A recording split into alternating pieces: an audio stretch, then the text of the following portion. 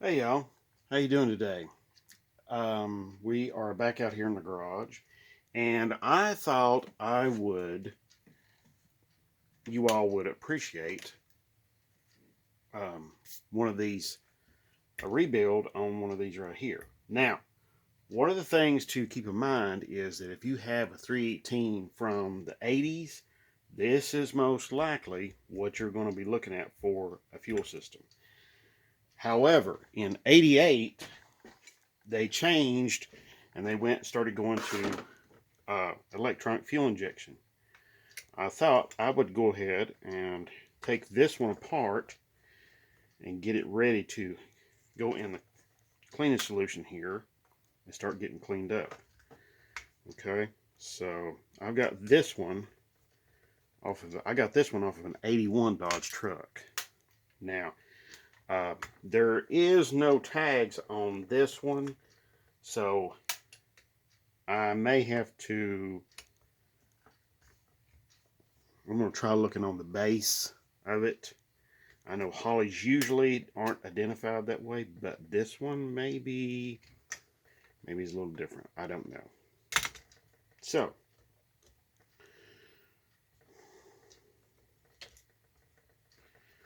get this cover, this little sheet metal cover off right here.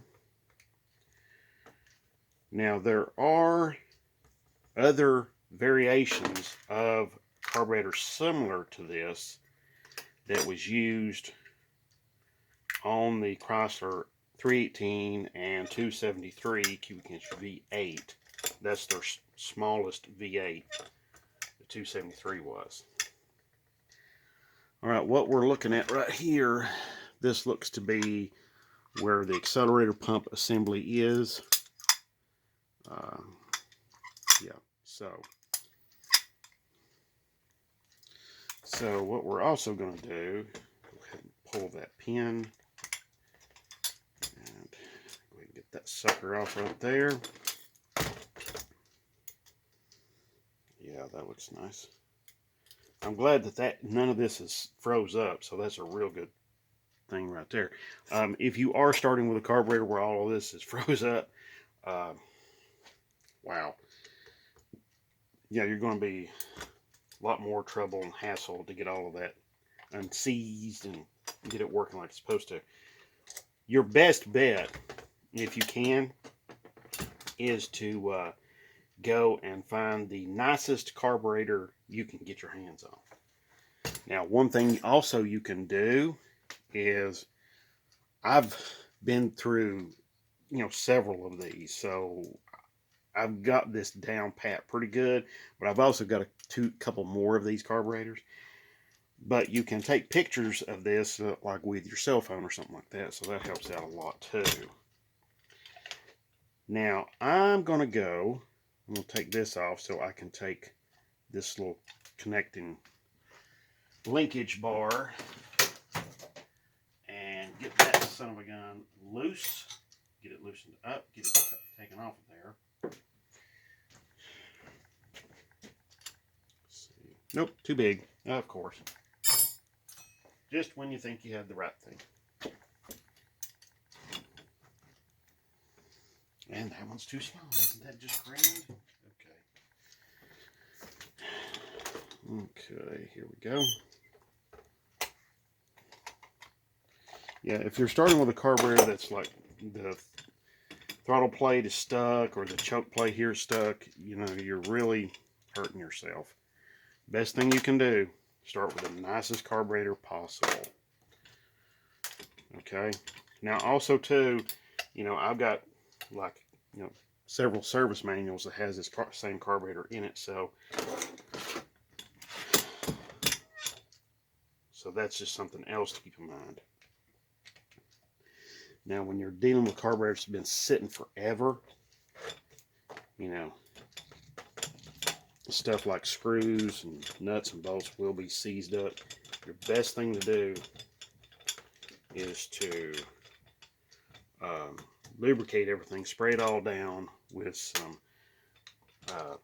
type of penetrating lubricant, not WD-40, okay? Something like PB Blaster. deep creep, liquid wrench.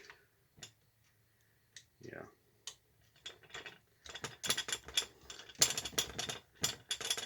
I guess if WD-40 is all you got, then alright, fine. But anyway, let's get this top off. This is very similar in construction to Carter's BBD.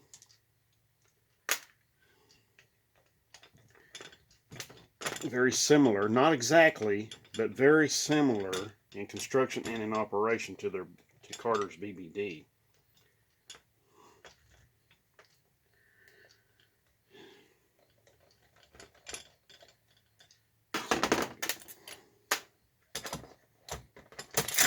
There we go. All right, there's our accelerator pump assembly right there. Wow, we are looking pretty clean in here. Yeah, very clean looking in here. Very clean looking. I'm actually impressed. So nothing looks screwball. Nothing looks out of the what looks. Nothing looks bad. So anyway,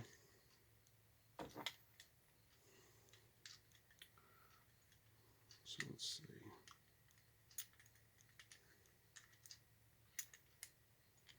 Okay. Yeah. Now these 80s carburetors like this though, they have a lot of emissions related items, like this solenoid right here. It's to control that. There's a vacuum hose that goes on here that sucks the fuel vapor, excess fuel vapor, to a charcoal canister. So that is one thing to be aware of. Okay. So if you are looking at one of these carburetors and you're wanting to put it on, maybe you're wanting to put it on maybe an older 318 or something like that, I don't recommend it. It is not. If you've got an older 318 and you want to keep it 2-barrel, hey, that's cool, that's fine. But there's plenty of other carburetors out there that will do the job way better. Okay, so all right. So anyway, so let's see here. Go ahead and get this thing out. Hopefully I can get it out without destroying it. There we go. That was a little violent. This is your needle and seat assembly.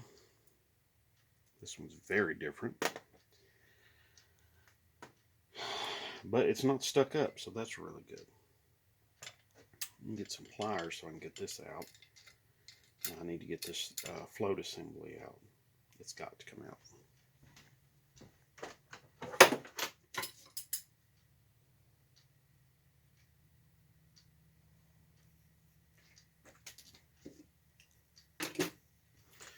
Alright, here we go. There we are. Yeah. There we go. Here we are. Now, one little quick, easy way to test these floats. And this is something that's really super important. Take your... I don't want to stick my fingers down in there because that stuff is... It's not caustic, but it's...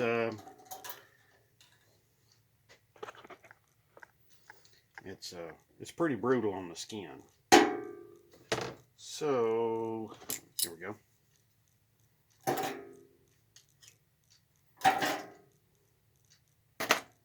Let's just do this. Now, if these were bad, I would see air bubbles coming up. I don't see any air bubbles coming up. And you see, they just pop right back up to the surface. So that tells me that my floats are excellent.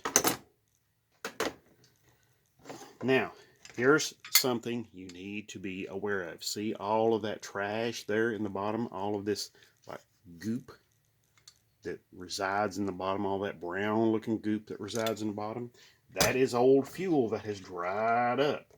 Now, there's a very likely possibility I could have put this on an engine, bolted it on, and that would have been that. And sent it down the road, and it would have been happy as a clam. However, there's also a likely possibility this thing could have been way worse inside. So, now these are the jets. You got two of them, of course, because you've got a 2-barrel. Okay? And also, you have this little doodad. Okay? That goes in here. Okay? Right in there. We're going to get it right back out again because there's a little check ball that goes underneath it. So it goes right there in that little center hole right there. Okay? Now, this is not your typical Holley 2-barrel, okay? This is not like a Holley 500 or 350 that looks like basically half of like a Holley 4-barrel. Now, this is a different animal, okay? I'm not sure the model number on these, but I've seen bunches and bunches of them, and I've always seen them on like 80s models, 318s. So, now we got the other jet out. The jets reside right there where my finger's at. See? Yeah, right in there. Yeah, see right there? Right there. Okay, so yes, this is a 2-barrel. Okay, it's not a very large 1-barrel like some people might think. Some people might think this is a very large 1-barrel. It isn't. Okay, it just has one hole for the air cleaner assembly to bolt onto. Then it has the 2 barrels right there. Okay, see? Very, very easy to understand. Now, this also has a base plate, and it looks like some very weird looking adjusting screws for the idle mixture.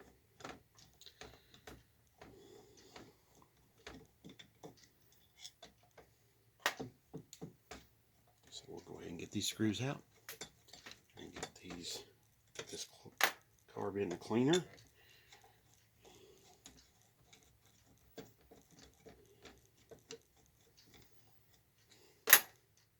The top half of the carb, I'm not going to bother with putting it in the cleaner. I am going to change out the accelerator pump diaphragm. That's that little rubbery looking piece. That's accelerator pump diaphragm. It's still very pliable and everything like that. What you're really looking for is if this is like hardened and got a lot of crud on it and it's very hard, like it's. Now that one there is very nice and pliable. I wouldn't mind using that one again. Like I said, I probably could have bolted this carb up and it would have been just fine, but the owner or the future owner of this carburetor said he wanted it rebuilt. So it's going to get rebuilt. Oh, right here we've got our idle mixture screws right there. Okay, they look to be Allen head screws. Got our old gasket. Get that sucker off right there. Let's see. Yeah, we'll go ahead and put that in there. The top portion. Oh, well, I'll tell you what. I said I wasn't going to clean it up, but I think I will. Let's see, does that? Yep, that spring comes off. Don't really need to clean that. Okay, I got that screw broke loose. That screw broke loose. Okay.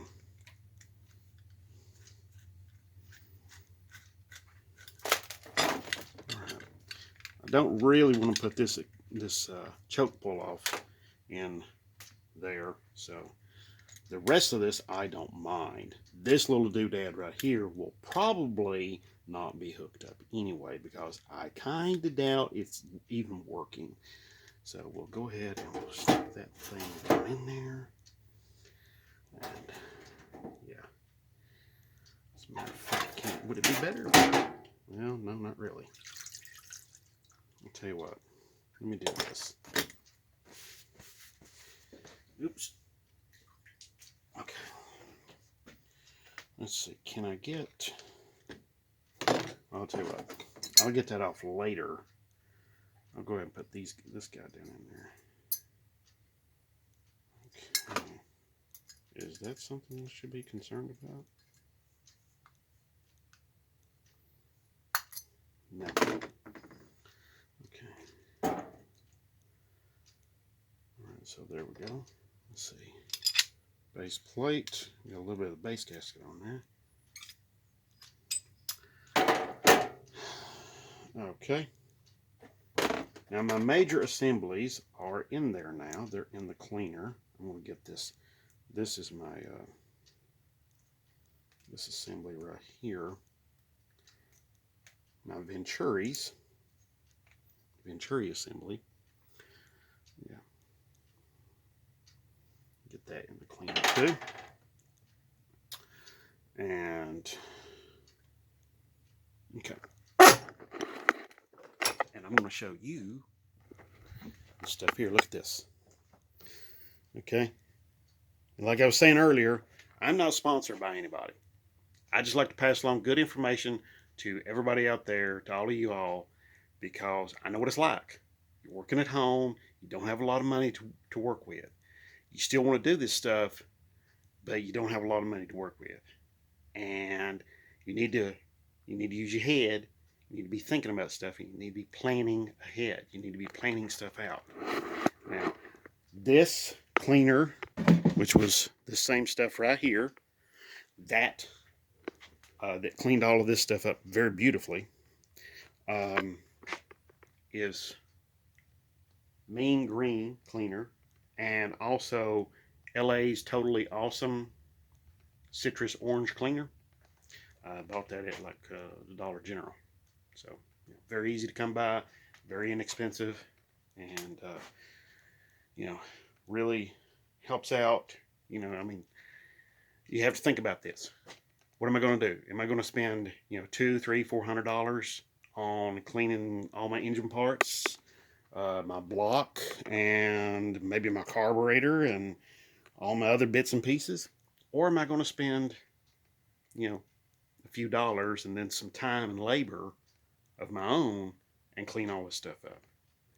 Well, I'm going to spend the time and the labor and a few dollars. I'm going to clean all this stuff up myself. Then I'm going to say what the money I was going to spend for that, to clean all of this up and that and all of this other stuff, well, I'm going to spend it on a camshaft.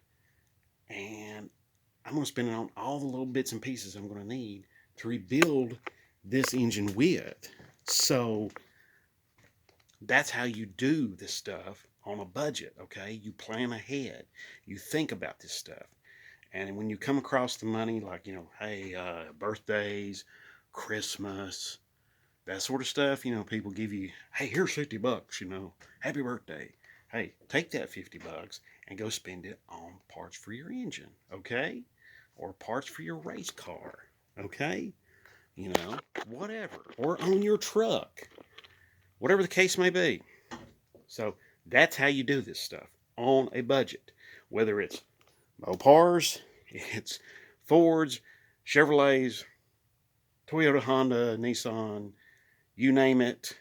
That's how you do this stuff on a budget, okay? Use your head. It's very, very easy. It's not hard to do. All you got to do is think ahead. Simple, okay? Now, will you have like, 4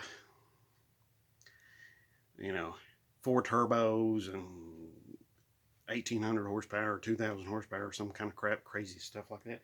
Probably not. But here's what you can do. You can get close to that. And you can have a hell of a lot of fun with a lot less horsepower. So keep that in mind, because when you start thinking about horsepower and you start thinking about weight, then you've got a lot going on there. Okay? Because then you can start thinking about, okay, let's see. Think of it like this. You go and you have to carry 50 pounds and you have to carry 20 yards. Okay? Now, Let's say, however, though, you don't have 50 pounds. You only got 20 pounds and you got to carry it 20 yards. What do you think is going to be harder to do? I think it's pretty simple to figure that out. Okay? Yeah. 20 pounds, 20 yards, whole lot easier. So think about that for just a minute, okay? And think about, all right, so you're going to make maybe I'll make 330 horses with this 360, the shape it's in, and with the low compression and, but completely rebuilt. So maybe about 330 horses, somewhere around that neighborhood at the flywheel. So we have to think about 330 horses, and let's say a 4,500 pound truck. Not all that exciting, is it? No. I mean, better than 185. But let's say that truck doesn't weigh 4,500 pounds. Let's say that truck weighs 3,700 pounds.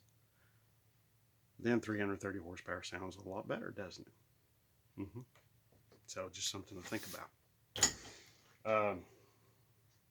There you go. All right. So just a little food for thought. All right.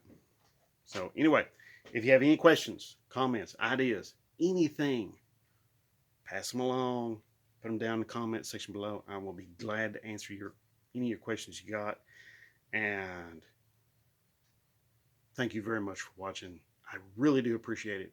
And have a great day, and God bless.